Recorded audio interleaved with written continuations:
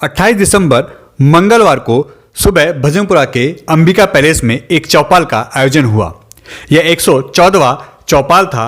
इसमें करीब 250 महिलाओं को 15,000 का ऋण दिया गया। 250 महिलाओं को यह ऋण इसलिए दिया गया ताकि वह अपनी आर्थिक स्थिति सुधार सके और अपने परिवार और अपनी फैमिली के लिए कुछ रोजगार का जुगाड़ कर सके, कुछ काम धंधा जोड़ सके, जिससे चल के उनकी फैमिली का भी कुछ उद्धार हो और उनकी आर्थिक स्थिति में भी सुधार हो। यह चेक आदेश गुप्ता दिल्ली प्रदेश अध्यक्ष ने अपने हाथों से वितरित किए और काफी बड़ी संख्या में यहां महिलाएं मौजूद थी। चौपाल के माध्यम से लघु ऋण देकर महिलाएं जो काम करती हैं, जो काम करना चाहती हैं, समाज में स्वाभिमान के साथ वो जीना चाहती हैं, स्वावलंबन के साथ जीना चाहती हैं, ऐसी महिलाओं को आत्मनिर्भर बनाने की दिशा में चौपाल ने बहुत सराहनीय काम किया है। आज 114वां कार्यक्रम था जिसको यहाँ प्रमोद गुप्ता जी ने आयोजित किया है और बहुत सारी महिलाओं के जीवन में अंधकार से प्रकाश लाए हैं ताकि महिलाएं स्वाभिमान से स्वावलंबी होकर अपने घर परिवार को चलाएं और सिर उठाकर समाज में जिए। जितेंद्र जी, आप काफ़ी समय से संस्था जुड़े हुए हैं और काफ़ी लोगों को आपकी संस्था से फ़ायदा भी हुआ है। आज कितने लोगों को यहाँ पे ये प्रदान किया गया है सपोर्ट और कितनी महिलाओं को इससे फ़ायदा होने वाला है? चौपाल के द्वारा आज प्रमोद जी के पिताजी श्री राम प्रकाश गुप्ता जी की स्मृति में लगभग 200 बहनों को लघु ऋण दिया गया है। अगर इन 200 ऋणों को हम मान लें तो दिल्ली के अंदर लगभग 45,000 ऐसी कामकाजी महिलाओं को आज तक ऋण दिया गया है जो अपने पैरों पर खड़ा होना चाहती हैं और कोई काम धंधा शुरू करना चाहती हैं। चौपाल के माध्यम से ऐसी कामकाजी ज़रूरतमंद बहनों को ऋण भी दिया जाता है और प्रधानमंत्री जी की जो यशस्वी योजनाएं हैं वो भी इन परिवारों में पहुँचे। ये भी चौपाल एक काम कर रहा है।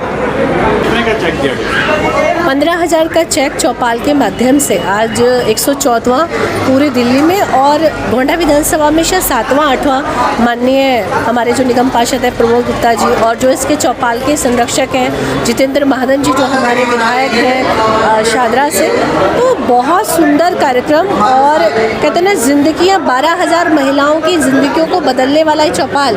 क्योंकि एक जिस महिला के पास 100 रुपये किसी काम को लगाने के लिए होते हैं, आप उनके हाथों में सीधा 15,000 रुपये थमा रहे हो कि वो अपनी चाहे सिलाई मशीन ले, चाहे वो अपनी दुकान में राशन डाले, चाहे वो अपने पर्दों का काम करे, चाहे वो अपनी जुराब बेचने का काम करे, चाहे साप्ताहिक बाजार में जाके अपना सामान बेचे, चाहे वो सब्जी बेचे।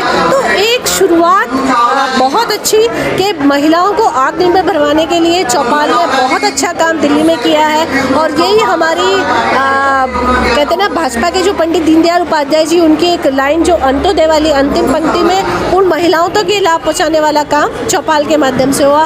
तो इस कार्यक्रम के लिए बहुत बहुत बधाई हमारे निगम पार्षद प्रमोद गुप्ता जी को। सर, 114वां चौपाल आज आयोजित हुआ है, कितनी महिलाओं को यहाँ से सपोर्ट मिल रहा है इससे? देखिए, ये बहुत ही सहयोगात्मक है। चाहे इस क्षेत्र के लिए अभूतपूर्व वरदान कहें। इनके इस सहयोग से काफ़ी महिलाओं में जागृति आई है और वो अपने आप में मतलब स्वयं इस रोजगार के द्वारा उनको लाभ मिला है और उनकी उन्नति भी हुई है। सबसे बड़ा विषय ये रहा है, आज जानकर खुशी हुई कि जिन महिलाओं ने जो लोन लिया था उन सभी ने 100% पूरा किया। इससे हमारे क्षेत्र के आपको भी हमें भी सभी को गर्व है कि हमारे क्षेत्र के लोग आर्थिक स्थिति कमज़ोर ज़रूर हैं परंतु उनकी नीयत खराब नहीं है। अगर हम सच्चाई से इस तरह के कार्यक्रम हमारे क्षेत्र में होते रहें तो उससे हमारी महिलाएं तो आगे बढ़ेंगी परंतु हमारा ये जो पिछड़ा हुआ इलाका कहते हैं साउथ दिल्ली वाले, वो बात उनकी ख़त्म हो जाएगी और हमारा पिछड़ा इलाका नहीं रखे ये इलाका साउथ दिल्ली से भी बेहतर रहेगा। ये हमें इस लघु ऋण वितरण की जो योजना बनाई उससे जानकारी मिली।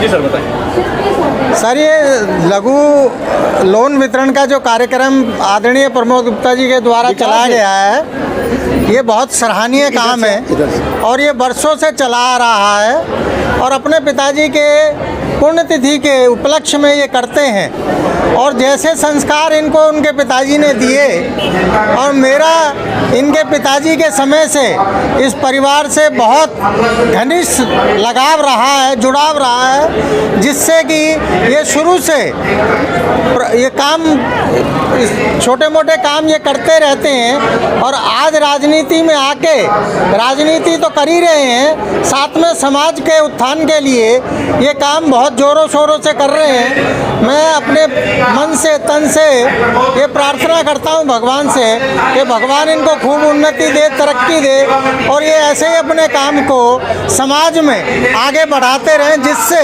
हमारे समाज का उदारीकरण चलता रहे।